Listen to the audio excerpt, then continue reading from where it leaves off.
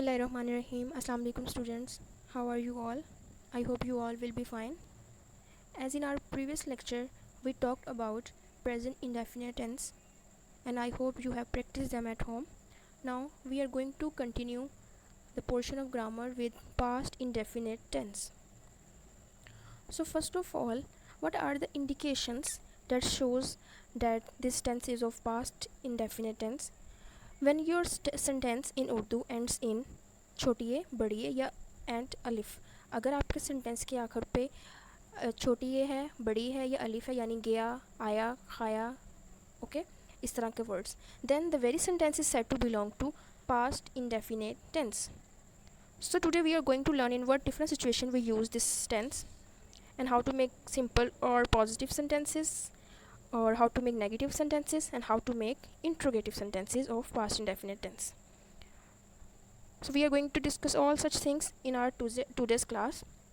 So first of all, you can see at see the slides that in which it is written that when should we use the sentences of past indefinite tense.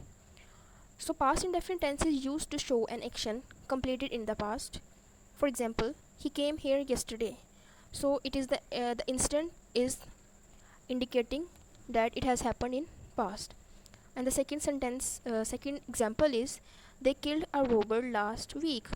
So it is this action is about last week. These actions were completed somewhere in the past because this they are talking about the past events.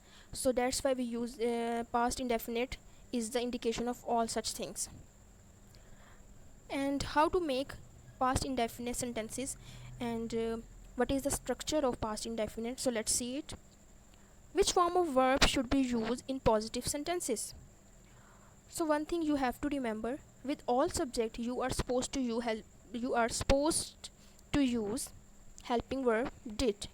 In your last lecture, which was about present indefinite tense, we were supposed to use do and does, but in this sentence it is so easy for you that you are going to add, or you are going to use did with all subjects. Okay, so it become easier for you. You do not have to remember that I have to use do with these subjects and does with these subjects. So the case is simple here, that you are going to use did with all subjects, and the subjects can be he, she, it, I, we, they, you, a single name or more than one name, as you can see in the example Alan and Mary. So the structure is subject plus second form of verb plus object. So let's make some sentences out of this structure. Here you can see a list of examples. He went to the school. He is subject, went is our second form of verb to the school. So school is our object. So you can see in this very example that we used second form of verb went. We didn't use go. Okay, in next sentence, next example, you can see she washed her clothes. Washed is the second form of wash. Third example, it brought happiness. Brought is the second form of bring. I watched movies. Watched is the second form of watch. We played tennis. Played is the second form of play. You got present. Got is the second form of get. They saw a snake. Saw is the second form of see. Alan baked a cake. Baked is the second form of bake. Alan and Mary took tea. Took is the second form of take.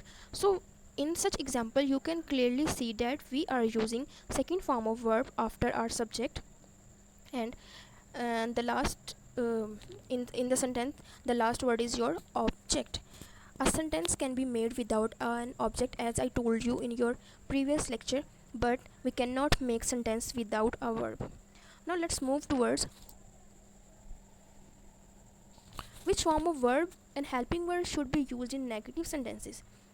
As we learned how to make positive sentences and how to use helping verb in positive sentences, now we are going towards negative sentences.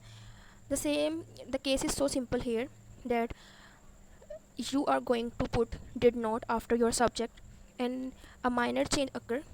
It's not a minor, but as compared to the previous present indefinite tense, it's easy to remember this. So here a change occurred that you are going to write did not after your subject, and the thing that you must remember and you have to focus is that after did you always use the first form of verb. Now we are not going to use second form of verb, we are supposed to use first form of verb, and after first form of verb there will be object, because the structure will remain the rest of the structure will remain same. So you can see here that I have made some notes. While making negative sentences, we use helping verb did not, and after did we are always supposed to use first form of verb. Most of the students make this mistake that they use second form of verb after did, and they say that it was a sentence of past, that's why we use second form. No, the case is different here. You are supposed to use second form of verb only in positive sentences. When you are using did as a helping verb, you are supposed to use first form of verb after did. Example you can see here, he did not go to school. In our last example, which was about positive sentences, we said he went to school, but now we are using did not, so that's why we use first form of verb go. He did not go to school. Here in this example you are not using went, as it's second form of go, and as we learned, after did we always use first form of verb. Now it's your task to make more example by following the structure. I hope you will make some sentences because it's easy. Now let's move to the fifth slide, which is about where should we use helping verb in interrogative sentences. Interrogative sentences में अब आपने helping verb कहाँ use करना है, because we are using did as our helping verb in past indefinite tense. So listen to me carefully. I am going to tell you the structure of how to make interrogative sentences.